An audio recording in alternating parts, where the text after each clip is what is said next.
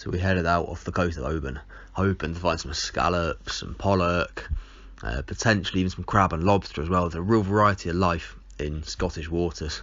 So we headed out nice and slowly out of the marina. Then we hit the open sea and Oliver opened the throttle and we really got going. Now the scenery in this area is absolutely stunning. There's a whole variety of islands, of rocky crags. There's even kind of like nice golden sandy beaches as well. And it's absolutely amazing. Even just being on the boat, just driving through all of it. It's just simply superb scenery. And it's a really cool day as well. There's some fluffy white clouds, plenty of blue sky. Later on there was a whole variety of rainbows. It was brilliant.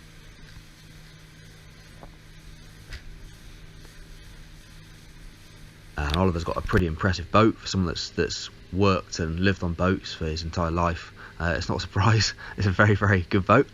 And he brought us out to an area where he predicted there'd be some scallops. He'd never dived there before, but it was a sheltered bay facing northerly, so it's protected from most of the wind. And he dropped me in, and I headed down and had a look at what I could find. And immediately there were some scallops. It was fantastic, kind of seen his prediction come just right.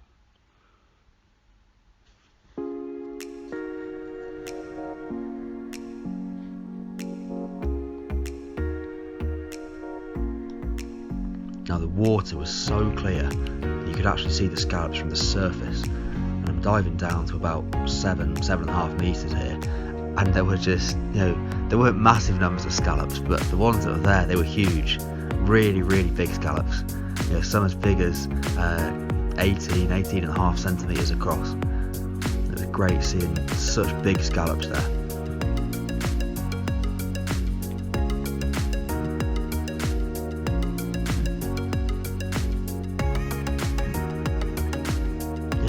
First dive picked up 3 scallops, and surface see an absolutely stunning rainbow. This is brilliant. This is me just back on the boat here, getting ready for another dive, and the viz was amazing. It was absolutely fantastic. On the bottom we probably had as much as 10 meters viz, and you can see Oliver clearly there. He's about 8 meters down there. It's fantastic diving in such clear water. Pretty cold, but stunningly clear.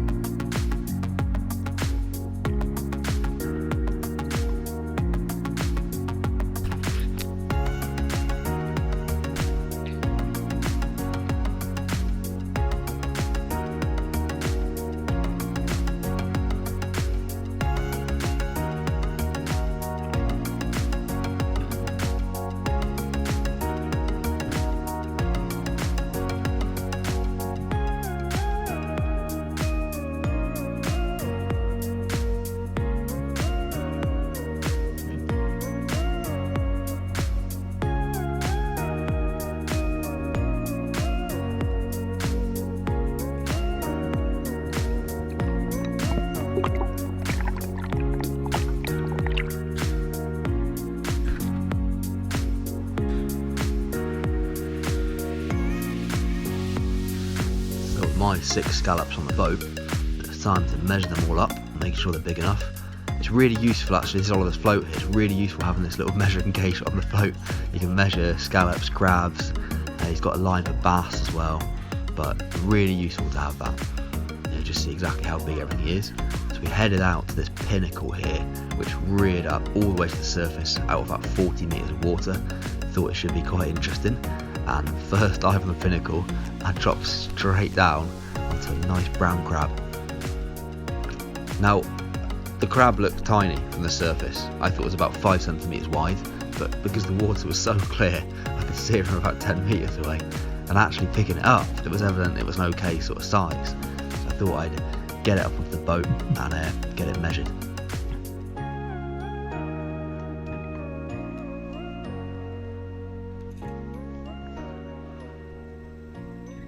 Now, it's actually quite unusual to get brown crab where I live in North Wales. There's a lot of lobsters, but what I've found is that brown crabs seem to like a slightly muddier bottom. You can see it there, just clinging onto the boat. It's actually quite difficult to get off. They're insanely strong. I've had them in the catch bag with lobsters, and they've crushed and killed the lobsters in the catch bag.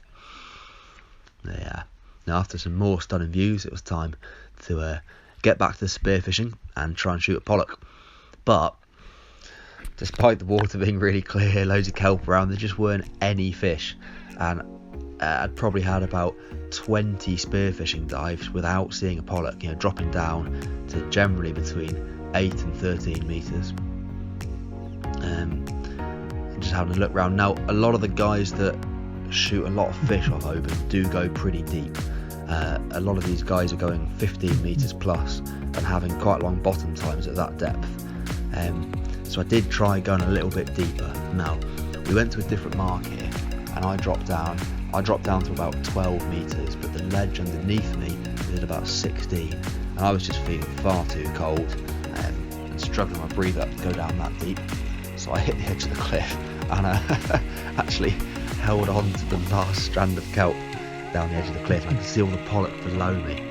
Yeah, if I'd been down on that ledge, it probably would have been a lot easier to pick out the much bigger ones, which were present. You can see after a while, pollock do start to come in. I'll spin round off my kelp and pick out a nice pollock and drill it from above. Now this fish, it's not massive, it's between 45 and 50 centimetres, and it's okay sort of pollock, 2 nice fillets, but nothing spectacular by any means. And after this dive, dropped straight back down at the same mark, and picked up another one. I'll just let the footage roll for this one.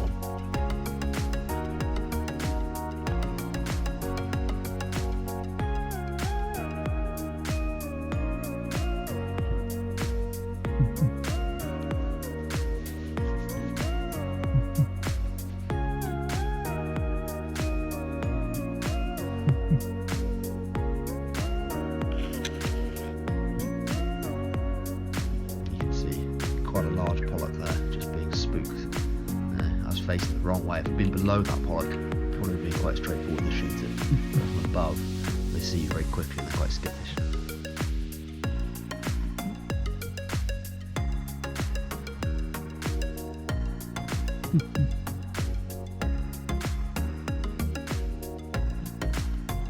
Picked out another decent fish, again about 45 centimetres, and they're stoned at this time. Now, we hit a different mark, which was actually really shallow, and there were insane numbers of pollock about. Most of them pretty small, but actually on the drop, I found this fish, quite a decent fish. I was feeling pretty confident by that point, so I went straight for the headshot and drilled it. And that was a nice fish, sort of between 55 and 60 centimetres. Yeah, we finished the day with 5 fish between us, a good bag of scallops and that brown crab, and all too soon it was time to jet back in. I had an absolutely fantastic day. I hope you enjoyed the video.